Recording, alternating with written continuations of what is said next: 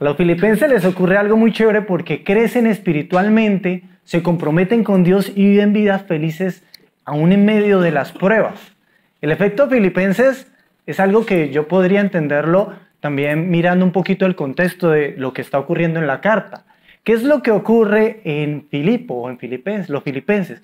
Los filipenses no pertenecían a Roma, pero toda la gente quería tener la ciudadanía romana.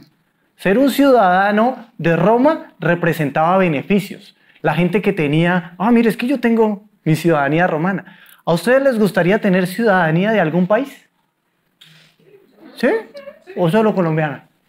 Alguien me dijo, me decía un país y me decía, ay no, yo no quiero ser de... Yo de cualquiera, o sea, tan chévere tener otra ciudadanía. ¿Sí? Sería chévere, ¿no? Y nombraba uno bien extraño por allá bien lejos. ¿Sí? Noruega, cualquier Noruega. Una ciudadanía de otro país. Bueno, el que era ciudadano de Roma tenía beneficios y los filipenses se convirtieron en ciudadanos de Roma. Una vez se convirtió esta provincia en ciudadanía de Roma, toda la gente que era retirada de los romanos, del ejército y gente muy adinerada empezó a llegar a Filipo y los filipenses se convirtieron en una sociedad muy próspera. Para ese momento llega Pablo y empieza a hablarles y la gente entiende de Jesús y de su amor y que es lo único que los puede cambiar y acepta el mensaje de Pablo. Pero ellos no vuelven a saber de Pablo y 10 años después pasa lo que ocurre en la carta. Se enteran de que Pablo está en la cárcel. Entonces mandan a alguien de la iglesia de Filipo, vaya y llévele este donativo a Pablo que está en la cárcel. Y Pablo empieza a hablarles desde la cárcel y ellos empiezan a reaccionar a ese mensaje y los anima y los llena de fuerza y de muchas cosas. Ocurren cosas buenas y ese es el efecto filipenses que es inducido por el Espíritu de Dios, pero a través de Pablo. Yo quiero que miremos un primer título y es que el dolor me impide ver lo que Dios está haciendo. Esto es porque Pablo está pasando por una situación difícil. Pero, ¿qué hace el dolor en nuestras vidas? ¿Qué podría hacer el dolor en nuestras vidas? Hace poco escuché una entrevista que le hicieron a Maradona. Y Maradona dice, bueno, hace poco escuché la entrevista, pero la entrevista fue hace rato. Le hicieron esta entrevista a Maradona y en la cual él dice, yo estoy bravo con Dios. ¿Por qué? Porque él se llevó a mi mamá. ¿Sabe? El dolor podría nublar mi mirada acerca de muchas cosas. El dolor puede hacer cosas difíciles en la vida de uno.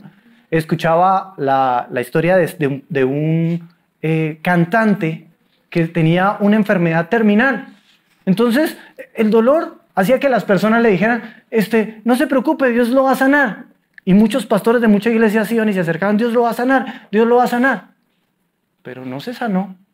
Sin embargo, hubo alguien dentro del público que se levantó y le dijo, te sanes o no, Dios tiene un plan contigo, porque lo hemos visto, y lo que estás pasando me anima a mí, dijo una persona dentro del público. ¿Qué podría hacer el dolor en ciertas ocasiones? Podría también cambiar mi mirada acerca de mi fe. El dolor podría cambiar mi fe, inclusive mi llamado. ¿Qué tenemos en una siguiente? ¿Qué pasaría si no estoy listo para enfrentar el dolor? Bueno, y aquí me gustaría tener un ejemplo bíblico, un ejemplo de Juan el Bautista. Juan el Bautista es una persona que vive haciendo la voluntad de Dios. De hecho, Jesús dice algo muy interesante de Juan el Bautista. Dice que de todos los profetas que existieron, ¿sí? Entonces imagínense los profetas de antes, Elías, Moisés. ¿Cuál le cree usted que es uno bien poderoso de esos? ¿Cuál le gusta a usted del Antiguo Testamento? ¿Con cuál se asocia? Elías, Elías, mucha gente denomina a Elías, a Isaías como profetas, pero Jesús dice de Juan, dentro de todos ellos Juan es el más grande. Pero ¿por qué dice eso? Miremos un versículo. Cuando Juan el Bautista estaba en la cárcel y escuchó lo que hacía el Mesías, le envió un mensaje con sus seguidores. Ellos le preguntaron a Jesús, ¿eres el que iba a venir o debemos esperar a alguien más? ¿Qué es lo que tú sientes cuando tú haces algo bueno?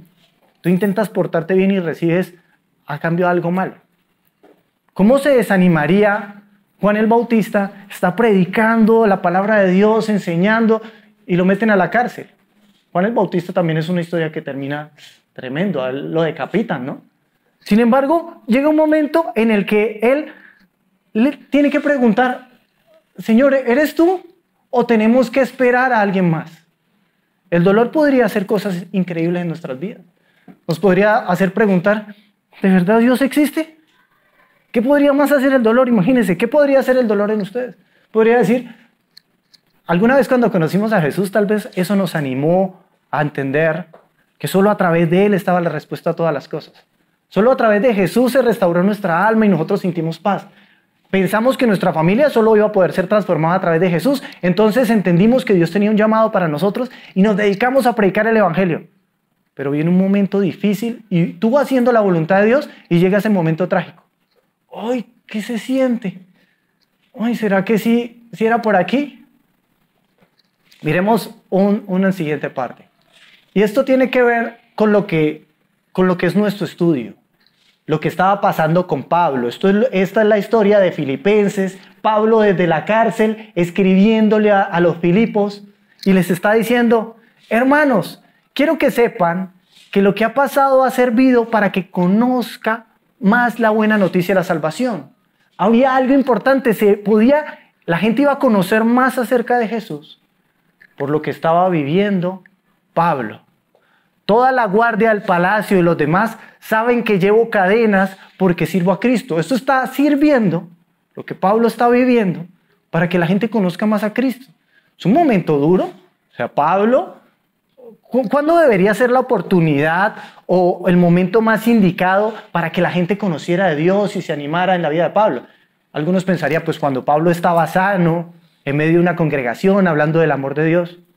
Pero el momento en el que más hubo eso, ese efecto Filipenses en que la gente se reunía más en amor, se transformaba a través de la verdad de Jesús, ocurrió fue cuando Pablo estaba viviendo las cosas más duras.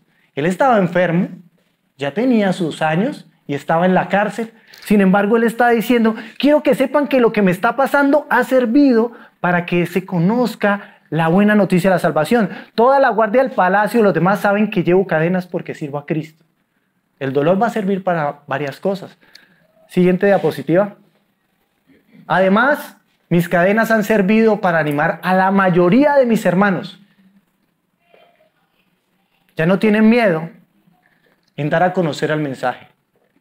Dos cosas que podemos encontrar que alguien puede disfrutar y entender a través del dolor. Que el dolor me puede ayudar a mí a comunicar más el mensaje de Cristo. Esto anima muchísimo.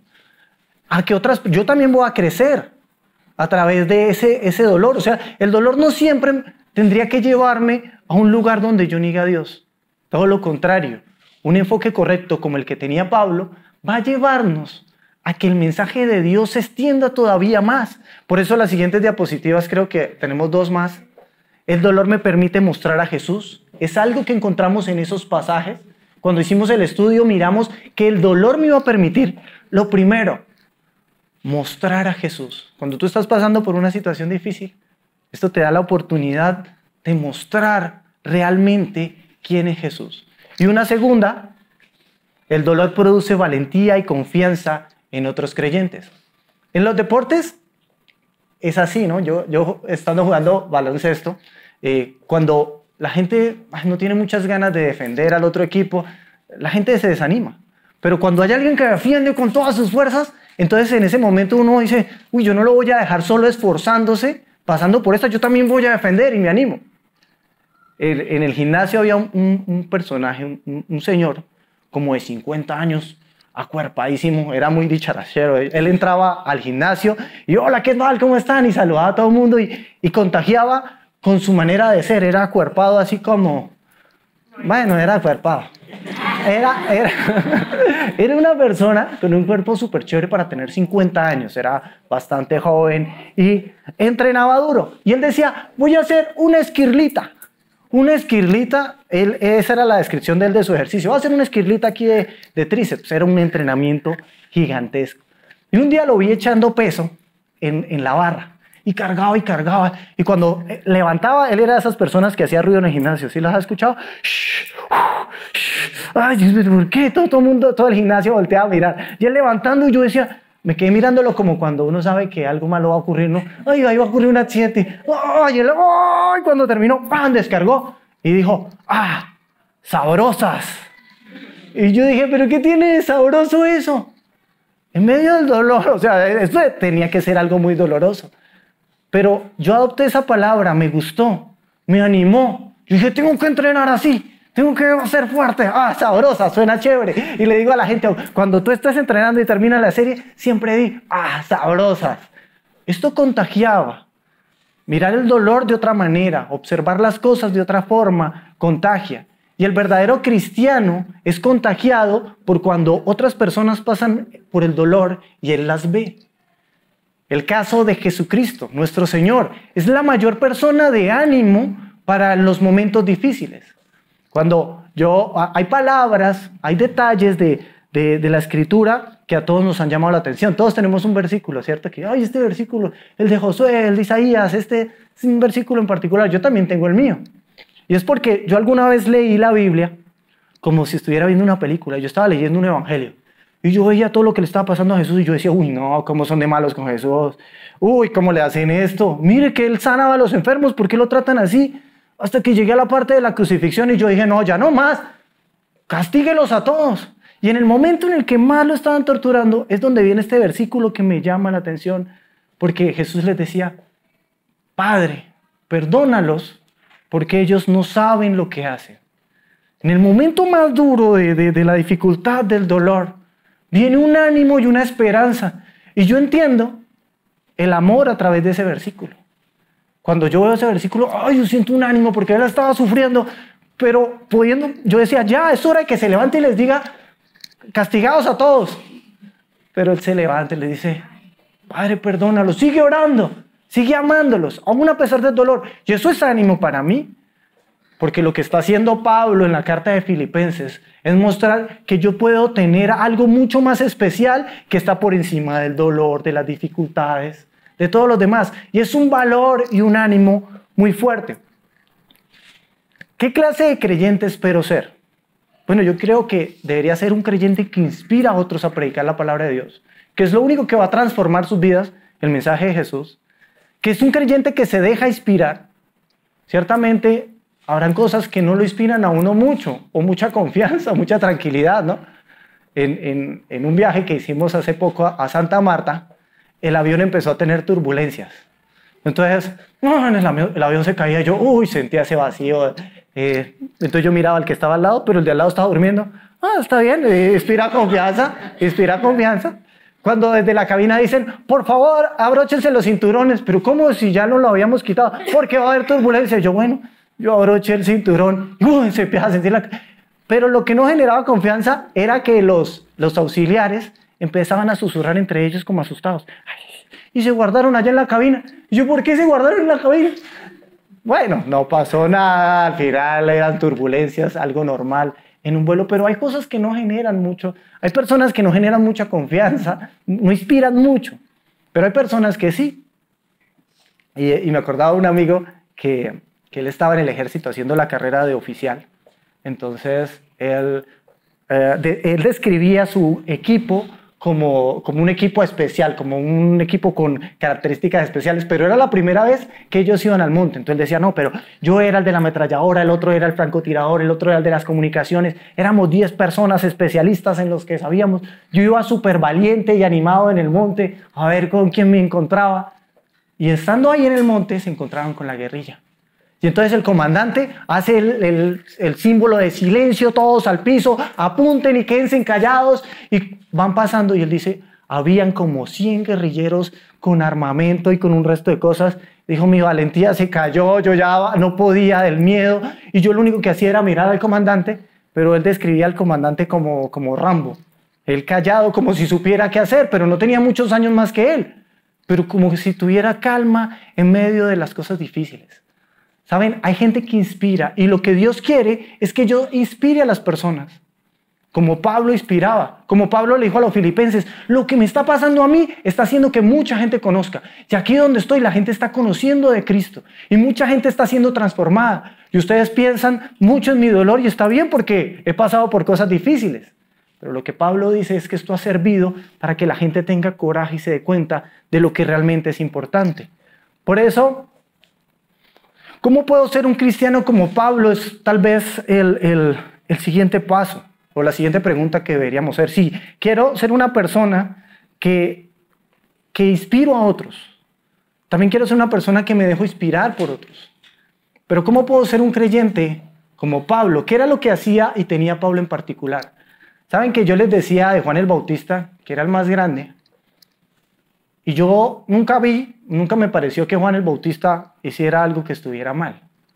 Juan el Bautista no le pregunta al carcelero cuando está en la cárcel, ¿será que sí es Jesús o no es? Él le dice, vayan y pregúntenle a él.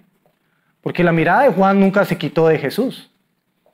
En el versículo de Hebreos dice lo siguiente, hay un versículo que me gustaría que lo tuviéramos en cuenta porque toda esta carta nos está llevando a eso. Fijemos nuestra mirada, no, yo quiero que la lea alguien porque yo ya he hablado mucho. ¿Quién lo quiere leer? A ver. Fijemos nuestra mirada en Jesús, en quien la fe empieza y termina. En vez del gozo que podía haber tenido, sufrió la muerte en la cruz y aceptó la humillación como si no fuera nada. Después se sentó a la derecha del trono de Dios. La mirada de Pablo estaba en Cristo. Lo que hace uno que en un momento de crisis uno no tambalee la fe y no termine desanimando a alguien, desanimándome yo mismo, apartándome de las cosas de Dios, es que mi mirada esté puesta en Jesús.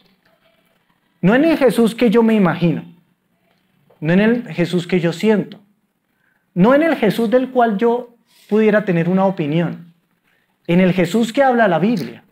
En este Jesús encuentro algo, y es que me doy cuenta que en Él empieza la fe y termina. Me doy cuenta que Él ya pasó por el camino. Y me doy cuenta de que Él es la persona que puede llevarme al final del término si yo mantengo mi mirada puesta en Él. Lo que hacía Juan el Bautista, lo que hizo Pablo, fue mantener su enfoque en Jesús. Quiero conocer quién es Jesús. Quiero saber quién es Jesús. Y esto que me pueda alimentar en mi vida espiritual. De pronto yo pensaba, ¿será que queda como muy en el aire la idea de que yo tengo que inspirar a otros, de que yo tengo que dejarme inspirar por otros creyentes y cómo ser como Pablo? Tratemos de aterrizarlo ya para cerrar en tres cosas. Entonces, estas son estas tres cosas. Tú puedes ser de inspiración y necesitas ser inspirado por otros. Yo creo que esto sería un buen punto, un buen enfoque de lo que está hablando la carta de Filipenses. Ustedes se dan cuenta que Pablo está haciendo esto y también al mismo tiempo él permite que otras personas conozcan de Cristo y anima a otras personas. La siguiente diapositiva nos dice tres cosas. Y aquí tres cosas que me gustaría que tuvieran en cuenta si quiero poner estas cosas en práctica. Y la primera es que yo necesito leer y aprender de Jesús. Pero necesito realizar un plan de estudios. Quiero crecer en mi confianza sobre Jesús, en mi mirada puesta en Jesús, porque es lo que hacía que Pablo y todos los que en medio del dolor animaron a otros estuvieran fuertes. Era que aprendían acerca de Jesús. Entonces, primer punto, tengamos un estudio concreto acerca de lo que Dios quiere. Filipenses y lo que estamos estudiando nos ayuda. Nosotros tomamos la carta y pudimos tener este estudio para que cada uno de nosotros pudiéramos hacer nuestro estudio en la casa. Si yo quisiera, quiero ser como Pablo, inspirando a otro y ser de inspiración, lo primero que debería hacer, bueno, listo, voy a hacer un estudio consciente. Y qué mejor que en equipo, si nos reunimos y estudiamos Filipenses. Hagamos un estudio, hagamos un plan para estudiarlo. Recuerden que están los videos en casa también para hacerlo. Recuerden que usted puede tomar la Biblia, el libro de Filipenses y tomar un papel y un lápiz y estudiarlo. Y estudiarlo juntos sería todavía mejor. Un segundo punto, involúcrese en el servicio. Cuando en la guerra alguien dice, ¿quién quiere acompañarme a la guerra? Es muy inspirador el primero que levanta la mano, ¿no? ¿Quién quiere acompañarme a la guerra? Primero que... Entonces, no, yo no voy a eso. Involúcrese en el servicio. Esto va a animar y retar a otros.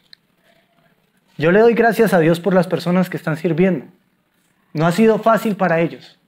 Todos los que han estado en el servicio de Dios se han dado cuenta de las cosas que han tenido que sacrificar. Y en lugar de quedarse en otro lugar donde podrían tener paz, tranquilidad o algunas otras cosas momentáneas, sacrifican de su tiempo, de su dinero, de su esfuerzo. Inclusive la gente que ha servido alrededor mío, ayudando a otras personas a conocer a Jesús, me cuentan que a veces en la casa les dicen, mire, si usted se va allá, no cuente con nosotros. Tienen rechazo de la familia.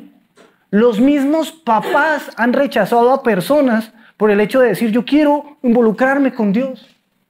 La gente sufre cosas cuando se involucran en el servicio, pero el premio que recibe es mucho más grande. Cuando yo veo a una persona involucrada en el servicio, esto me anima. Esta persona, ¿cómo hace? Se esfuerza porque quiere ayudar y servir. Felicitaciones a todas las personas que están sirviendo. Han sido de motivación a mi vida cuando yo los veo venir a la iglesia, buscar de Dios, predicar el evangelio, portarse como Jesús quiere. Eso me anima, me da ánimo para seguir predicando de la palabra. Y por último, conecte con creyentes verdaderos. El verdadero ánimo no lo va a recibir con una persona que no tiene el Espíritu de Dios. Tú no vas a ser inspirado por una persona que, sí, yo voy a la iglesia, yo más o menos escucho, trato de vivir una vida bien. Y cuando vienen los problemas, esa persona, no, mejor cojo por este lado que es más fácil.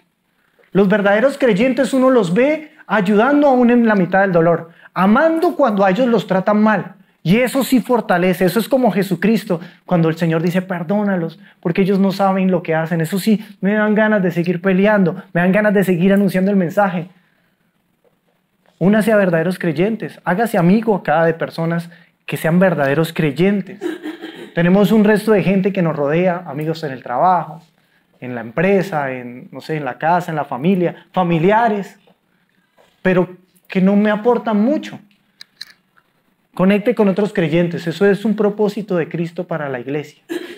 Que nosotros podamos conectar para poder tener ánimo, para poder tener el efecto Filipenses. El efecto Filipenses hacía que las personas se convirtieran en personas que querían predicar la palabra y animaban a la gente que estaba alrededor a escuchar de Jesús. Oremos entonces por estas tres cosas en nuestras vidas para que pueda ocurrir el efecto Filipenses. Señor Jesús, te damos muchísimas gracias. Y lo primero que queríamos decirte es que necesitamos conocer más de ti. Queremos conocer más de ti, así que queremos hacer un estudio consciente de tu palabra. Sé que he escuchado muchas cosas acerca de ti, pienso cosas acerca de ti, pero quiero conocerte tal cual eres. Por eso, ayúdame a sacar de mi tiempo ese espacio, Señor, para ir a tu palabra. Quiero entregarte voluntariamente mi tiempo. Por eso también quiero servirte, Señor. Por eso quiero involucrar mi vida, aunque es difícil, aunque otras personas me miren mal, aunque a algunas personas no les agrade mucho cómo hago las cosas, aunque me sienta incómodo en ocasiones, aunque me toque sacar cosas que podría utilizarlas para beneficio mío. Ayúdame a entender cómo esto contribuye a una causa más grande. Como iglesia te pedimos por estas tres cosas. Esta oración la hacemos en equipo, en grupo, Dios, diciéndote que queremos, Señor, entender la importancia de entregarnos a ti.